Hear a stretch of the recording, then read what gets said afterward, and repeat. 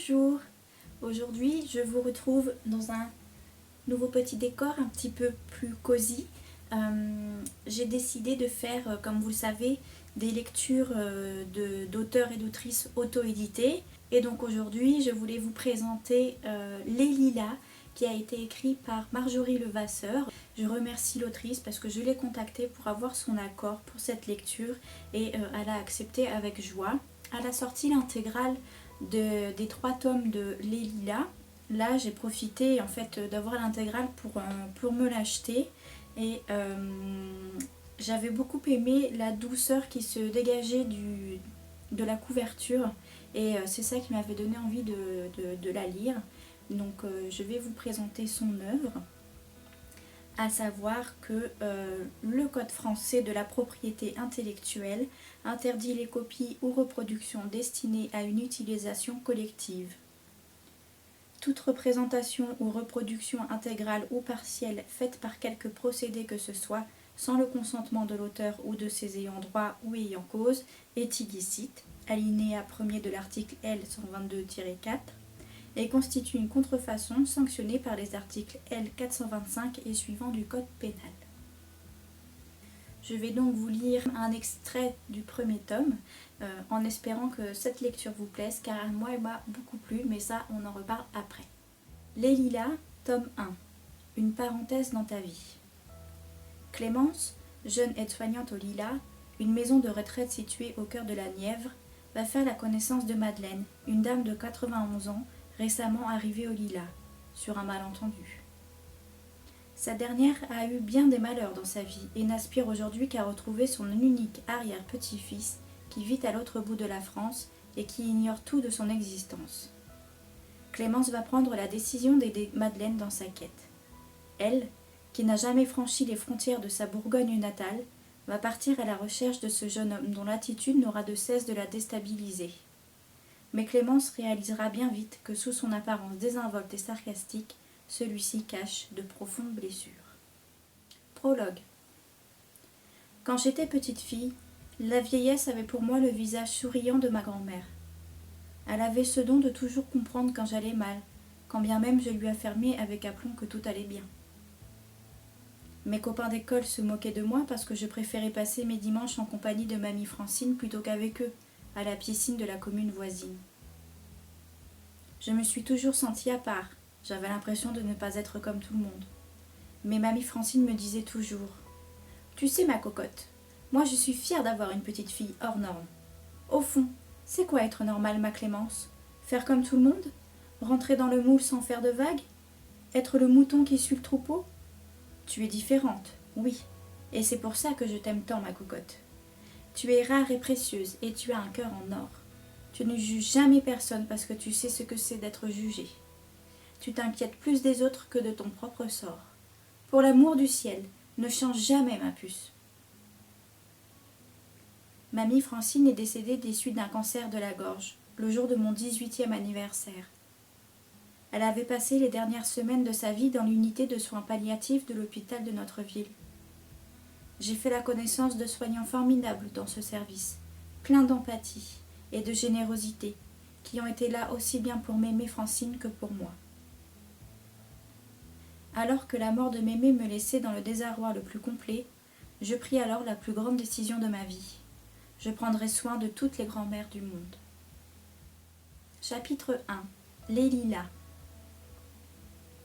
Quand on demandait à Clémence où elle travaillait et qu'elle répondait invariablement « aux Lilas », en expliquant qu'il s'agissait d'une maison de retraite, la majorité des gens lui rétorquaient souvent qu'ils ne comprenaient pas pourquoi la plupart des établissements pour personnes âgées portaient un nom de fleur.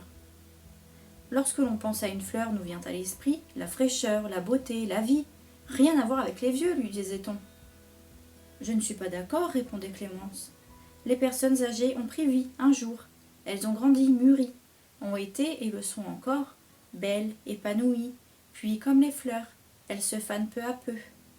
Elles sont tristes et aigries que lorsque l'on ne prend pas soin d'elles, tout comme les fleurs quand on ne leur donne pas d'eau. L'EHPAD Les Lilas était une bâtisse de 2 étages, datant de la fin des années 1970.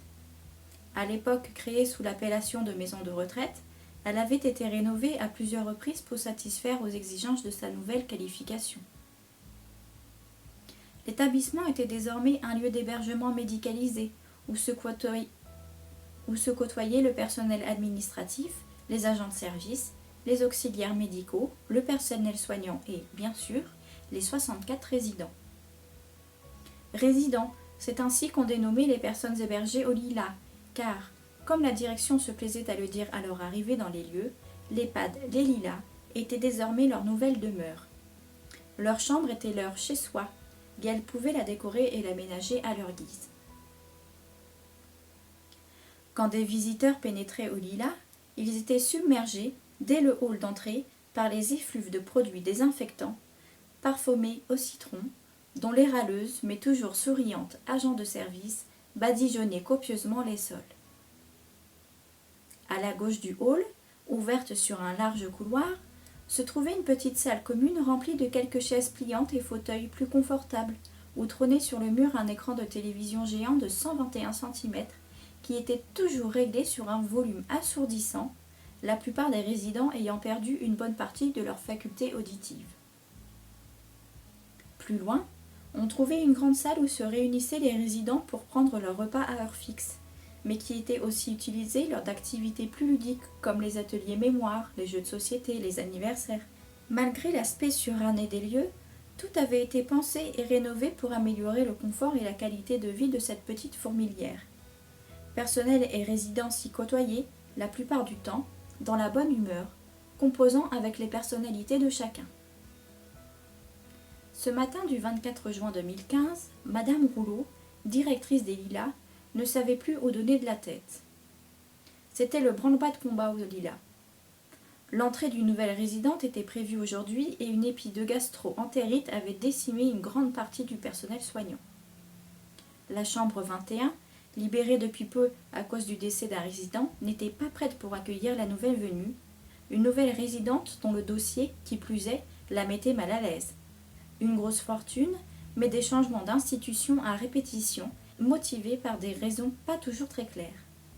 Malheureusement, la situation financière actuelle des Lilas ne permettait pas de refuser cette rentrée d'argent, sans compter que cette personne était la première sur la liste d'attente et que son dossier avait été accepté par sa hiérarchie. Les meubles de la dame étaient encore entreposés dans un local et ceux de l'ancien résident n'avaient pas encore été récupérés par la famille du défunt. Anthony Lopez, l'agent de maintenance qui devait s'occuper de l'aménagement de la chambre, venait de devenir papa et avait décrété qu'il prenait dès à présent son congé paternité. Tout aurait pu se passer dans les meilleures conditions avec un peu d'organisation et d'autorité. Mais voilà, Madame Rouleau était dépassée. Elle n'avait pas osé dire non à Anthony, car elle lui avait promis, quelques semaines auparavant, que si le bébé pointait le bout de son petit nez en avance, elle l'autoriserait à profiter de son congé un peu plus tôt. Diable, elle n'était pas un monstre. Non, Eugénie Rouleau était loin d'être un monstre, c'était même la crème des crèmes, au dire de ses employés. Elle était très gentille, trop gentille. De l'avis de certains, elle n'avait pas les épaules pour diriger une structure de cette importance. Trop molle, trop influençable, disait-on. Aucune autorité, trop fragile. Fragile, Eugénie Rouleau l'était sans nul doute. Sans cesse tiraillée entre les grands pontes propriétaires de l'établissement qui lui demandaient de limiter les dépenses, en commençant par celles liées au personnel, et le personnel lui-même qui voulait qu'elle embauche davantage, elle tentait tant bien que mal de ménager la chèvre et le chou. Mais ses tentatives étant vouées à l'échec, elle se retrouvait souvent au cœur de la tourmente et s'effondrait tel un château de cartes. On ne comptait plus ses innombrables arrêts maladie pour dépression. Eugénie Rouleau n'aurait jamais dû atterrir à un tel poste. Gérer un budget de cette importance, diriger du personnel, prendre des décisions, tout cela n'était pas dans son tempérament. Elle avait obtenu ce poste grâce à son père qui avait fait jouer ses relations et mis quelques billes dans le projet d'EHPAD. Eugénie avait bien sûr suivi des études de gestion et d'administration, mais elle n'avait jamais eu l'étoffe pour occuper le poste de directrice. En dépit du bon sens, elle l'avait accepté pour faire plaisir à son père. Depuis son décès, la situation d'Eugénie Rouleau au sein de la direction de l'EHPAD était sérieusement compromise et elle jonglait pour sauver les apparences. En désespoir de cause, Pour assurer sans encombre l'arrivée de cette nouvelle résidente, elle savait qu'elle n'avait pas le choix. Elle devrait rappeler une des filles sur ses repos. Madame Rouleau étudia le planning de plus près et décida d'appeler en priorité l'une de celles qui avait 2 jours de repos d'affilée. Elle fit glisser son index parfaitement manucuré sur la feuille A3 et trouva ce qu'elle cherchait. Clémence Alexandre. Elle prit la liste du personnel avec leurs coordonnées, saisit le combiné du téléphone et composa fébrilement le numéro de Clémence. Et voilà, voilà pour ce qui est de la lecture de l'extrait. J'espère que cet extrait vous a plu et qu'il vous a donné envie de découvrir le reste de cette histoire parce que je l'ai vraiment trouvée très belle, très douce. L'écriture est très fluide, les personnages sont bien travaillés, les situations sont réalistes, il n'y a pas de dénouement un peu rocambolesque. C'est vraiment, on a l'impression d'être face à une vie que tout le monde pourrait vivre avec des choix que tout le monde pourrait avoir, avec ses envies de vouloir fuir la réalité et de sauter sur une occasion pour le faire. Et voilà, j'ai trouvé que c'était vraiment un livre très bien écrit. Pour l'instant, j'ai lu que le tome 1, mais j'ai hâte de découvrir les autres tomes. Et oui, j'ai trouvé ça très réaliste et très beau. C'est très poétique dans le sens où il y a une douceur qui se dégage de cette histoire, une douceur qui se dégage de la plume. Et c'est vraiment très agréable à lire. J'ai passé de bons moments. Voilà, on s'assoit dans un beau fauteuil, on prend un petit plaid, on se fait un petit thé ou un petit café ou un chocolat, peu importe. Et cette lecture nous accompagne avec douceur et elle met du baume au cœur. Je trouve que c'était une très belle histoire.